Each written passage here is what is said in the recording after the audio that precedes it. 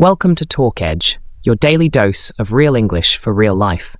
Here, we don't just learn English, we live it. Through natural conversations, practical topics, and everyday situations, we'll help you boost your listening skills, grow your confidence, and speak with ease. So grab your headphones, relax, and let's talk English, the TalkEdge way. Hey Anna, it's great to see you. How have you been? Hi, Ben. I've been well, thanks. I had a really busy week, but now I'm looking forward to some rest and relaxation. How about you? I'm doing okay. Actually, I've been thinking about my finances. I struggle to manage money and wanted your advice. Have you ever tried budgeting or anything like that? I started by creating a simple budget. I list all my income and expenses each month. The key is to track everything: rent, groceries, bills, etc., so you know exactly where your money goes. That sounds like a good idea. I actually don't track my spending at all. I kind of just spend and then worry later.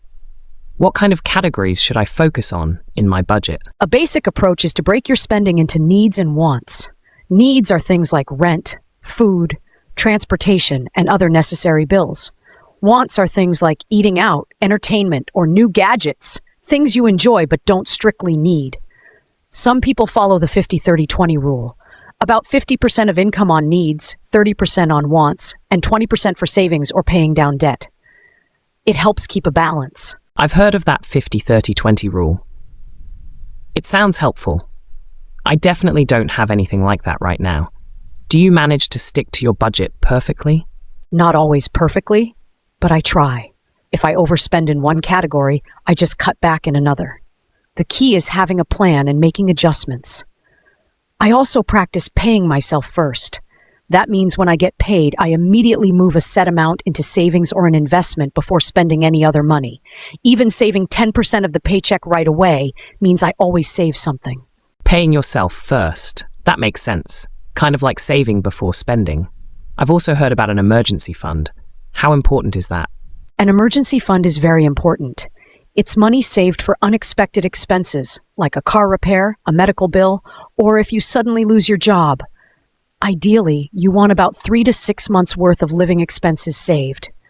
You build it slowly, putting aside a fixed amount each month into a separate savings account.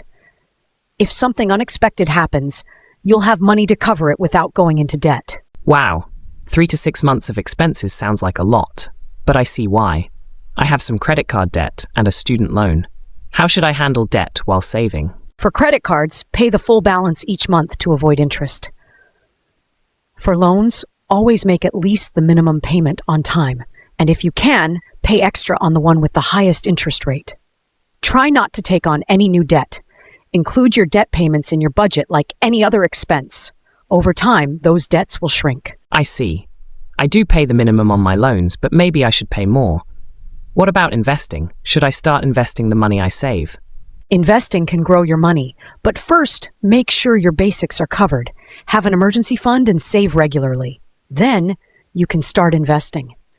A good first step is contributing to a retirement account like a 401k or IRA with an employer match. You could also look into low-cost index funds. Over the long term, investing usually pays off, though markets can fluctuate in the short term. I do have a 401k through work, and they even match some of my contributions. I should probably contribute more to get the match. How much should I be saving for retirement in general? A common recommendation is to save at least 10 to 15% of your income for retirement, especially if you started late. If your employer matches 401k contributions, try to contribute enough to get the full match. That's essentially free money. Starting early is important too because of compound interest. The money you invest earns returns, and those returns earn returns, so your savings can really grow over decades. Right. Compound interest is really powerful. I guess I need to take advantage of that. What about keeping money in a regular savings account? With interest being low, is it even worth it? A savings account is great for emergencies and short-term goals because it's safe and accessible. But interest rates are very low, often not much above inflation, so your money won't grow much there. For long-term goals, investing usually yields more. Historically, the stock market has averaged around 7 to 8% per year after inflation. There are also high-yield savings accounts and certificates of deposit, CDs, with slightly higher rates. That makes sense. I should probably set clear goals, like saving for a down payment or a big trip. Should I plan differently for different goals? Yes, set clear goals and deadlines. Decide how much you need and by when. For example, if you want $12,000 for a trip next year, that's $1,000 per month. Knowing that helps you see if you need more time or have to cut expenses. Break big goals into smaller milestones and track your progress each month. So for that $12,000 trip, I'd have to really stick to the plan. That might mean fewer dinners out or brewing coffee at home more often. Exactly.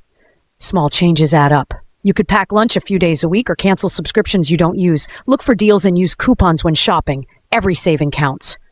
Review your budget each month. If you're falling behind on a goal, adjust your spending.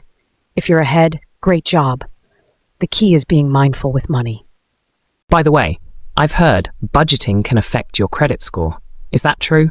I'm not sure how credit scores work. Yes, budgeting can help your credit score. The biggest factor is payment history. Paying your bills on time every month builds a good record, and budgeting helps with that. Another factor is credit utilization. Keeping your credit card balances low, like under 30%. By budgeting, you pay on time and keep balances low, which boosts your credit score. A good score makes it easier to get loans or better interest rates. Got it. I guess being organized with my money really pays off in many ways. Do you use any tools or apps to help manage everything? Absolutely.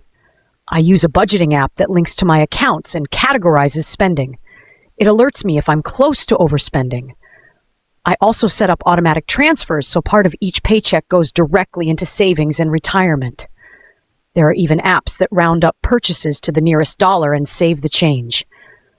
These tools make it much easier to stick to a budget. Those tools sound really helpful.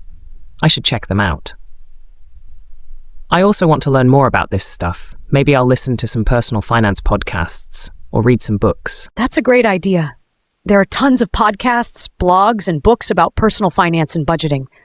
They can give you lots of tips and keep you motivated. If it ever feels overwhelming, talking to a financial advisor even for an hour can give you personalized advice. The important thing is to keep learning and stay consistent. Every bit of progress adds up over time. Thanks so much, Anna. This has been really helpful. I feel like I have a plan now. I'm going to start by downloading that budgeting app and setting up an emergency fund. You're welcome, Ben. I'm glad I could help. Remember, managing money is a process. Take it step by step, and you'll see results over time. Good luck, and let me know how it goes. Thanks for tuning in to TalkEdge, where English becomes a part of your day. If you enjoyed this episode, don't forget to follow, share, and leave us a review. Your English journey is just getting started, and we'll be right here with you. Until next time, keep listening, keep speaking, and keep pushing your edge.